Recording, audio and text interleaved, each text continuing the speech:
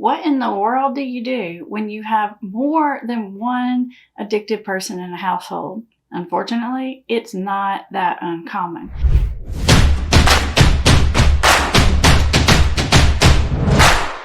For those of you who are new here, welcome to Put the Shovel Down. I'm Amber Hollingsworth, and this YouTube channel is all about helping you understand the science and psychology of addiction so you can get your life or your family back on track, get back out there and live the life that you want to live.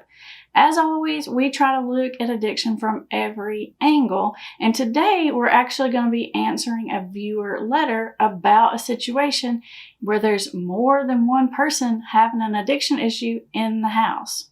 So first we're going to take a look at the letter, and then I'll give my response, feedback, maybe even a little advice about the situation. So if you see me looking over here, it's because I'm reading the letter, so you can read along with me if you want. My husband is currently in rehab for alcoholism for the second time. He was in law enforcement for 15 years and had a very public DUI several years ago.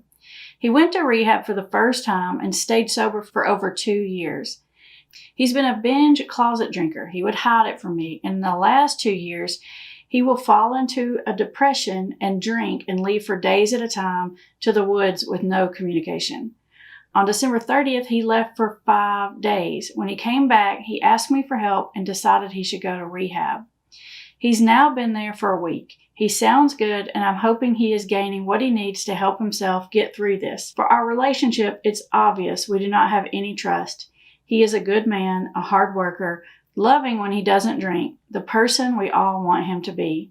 Again, he's a binge drinker and does it by himself. I love him so very much because I know what a good heart he has, and he is my best friend. I'm also afraid of getting hurt again, but I also want to have faith that he's going to do this and we can move on with our lives together. And I'm scared to death of going through another binge and him drinking and driving or going out to the woods and never coming back again. I honestly don't know where to put myself, which leads me to my son. My son is currently 16. When COVID hit, he stopped doing sports and school and started hanging out with some of the kids that did a lot of drugs. He was sneaking out, lying, stealing, and violent towards us. There was a suicide attempt as well. Last March, I sent him to wilderness therapy for 3 months to clean his system out and to help him process his own behavior. His father went on a binge for 8 days the week after our son left. When our son came back, he was doing fantastic, getting school caught back up, playing football, and being great at communicating about what he was doing and where he was going. We were going to therapy and working very hard to maintain our communication. We saw a light in him we hadn't seen. About 3 months ago, football ended and he started hanging out with the kids that I don't know very well and started smoking weed. He refused to go to therapy because he didn't need it and he doesn't have a problem. We have a problem. He has now changed his path and stopped trying at school. He's also constantly just leaving and not coming home except for short bursts of time. He's also smoking weed all of the time. He's very angry with me all of the time. I've set my boundaries with him. I know he's going to smoke. I don't approve. We have advised that we will no longer help him with getting a driver's license due to the liability. He is barely passing his classes due to always ditching and also for a lack of effort as he doesn't need it. He's also just mean. He hasn't become violent. He just leaves and doesn't come back, and there's usually an FU on the way out the door. I do want to do therapy with him or for him to have therapy on his own, but he refuses. I know there's likely a correlation between my husband and my son. I want to be honest with my husband if he is sober. I want to have my kind, good-natured son back. I'm just not sure what I'm supposed to do. I love them both very much. We also have a daughter in college, so she doesn't have to be around this most of the time. And she's going down her own path. She's pretty easygoing and hasn't had any of these behaviors. She also surrounds herself with positivity, and I keep her from being around or dealing with any of this. With all that being said, it would be great if you could lead me to videos, classes that might help me in the long run how to process my own thoughts and reactions. That would be great. FYI, I do go to my own therapist, do Al-Anon, and religiously have been watching your videos for the last month since I came across them. Thank you for taking the time to read this. All right, so as you can see, this viewer has a pretty complicated situation. Not only is her husband struggling with an alcohol problem, but her son is clearly struggling with an addiction as well. Now, as you might imagine, having more than one addicted person living in the house can make things a bit complicated. So let's sort through this and take it piece by piece. Because one of the main things that I'm going to recommend to this viewer is to try hard to separate the two situations and make strategic choices about those situations separately. I can see where it would be really easy to get overwhelmed dealing with both of these situations at the same time. So since you started by writing about your husband, let's take a look at that situation first. One of the really positive things that caught my attention about this scenario is the fact that he's previously been to rehab and got 2 years sober. I like to say once you've had recovery, you can't unknow it. You can try to shove it way down and forget it and pretend it doesn't apply to you. But once you know the truth, you can't unknow the truth. Probably what happened somewhere in that 2-year period, your husband maybe started thinking, oh, I might can have a drink every now and then, or, I'm not going to let it get out of control like it did before. Even though I'm sure he was taught in rehab that it won't work that way, almost everyone, or I might say everyone, that I've ever treated in the past eventually has this thought process that this time will be different.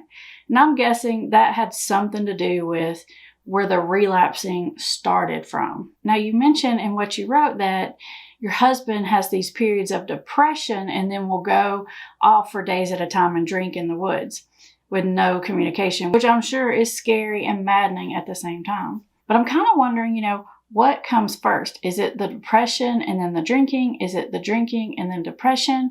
You're saying that he's a binge drinker.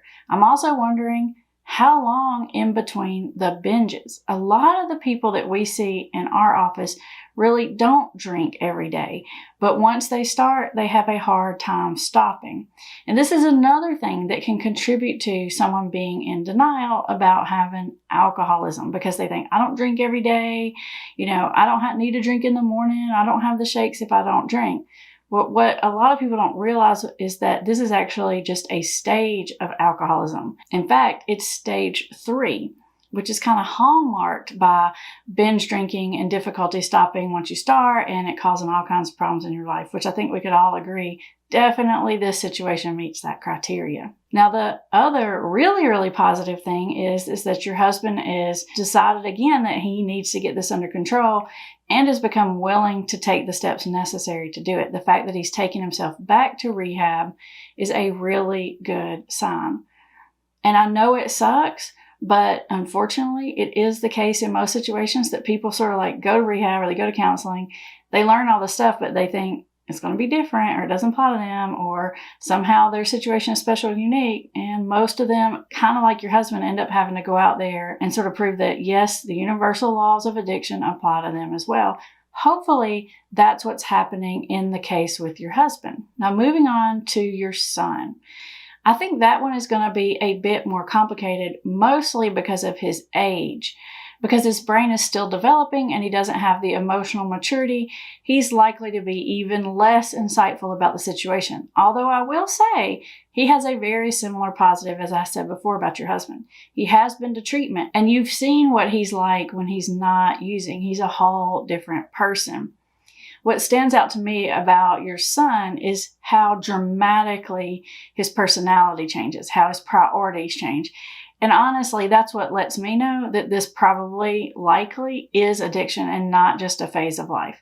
Obviously, I've never talked to your son or your husband, so I can't really make these diagnoses. But what I'm doing is sort of speculating based on what you're saying. The fact that he started smoking weed again and then his whole life fell apart, and not just teenager stuff.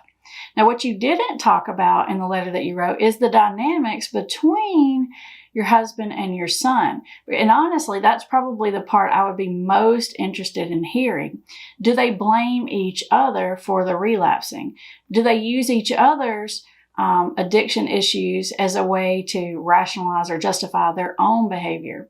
I don't know if this is going on in your house, but I have to say that in situations where there's more than one person in a house with an addiction, it's commonly the case. Now, while your husband is clearly in an active stage of change, your son, probably the pre-contemplation stage.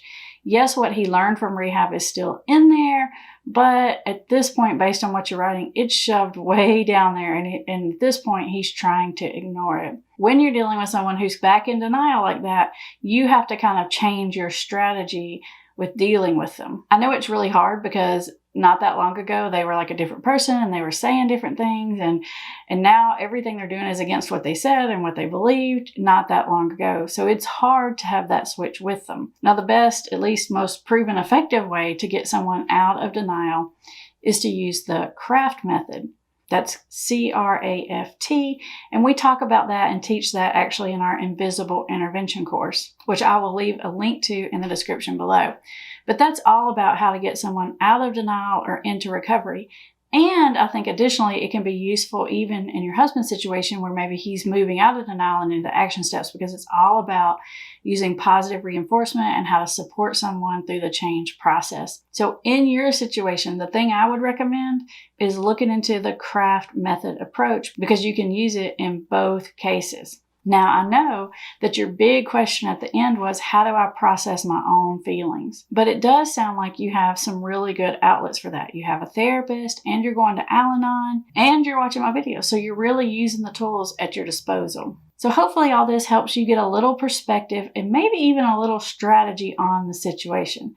Thank you so very much for taking the time to write in and for allowing all of us to learn from your situation. I'll put those links that we talked about in the description below, and up next, I'm going to connect you to this video about the CRAFT method.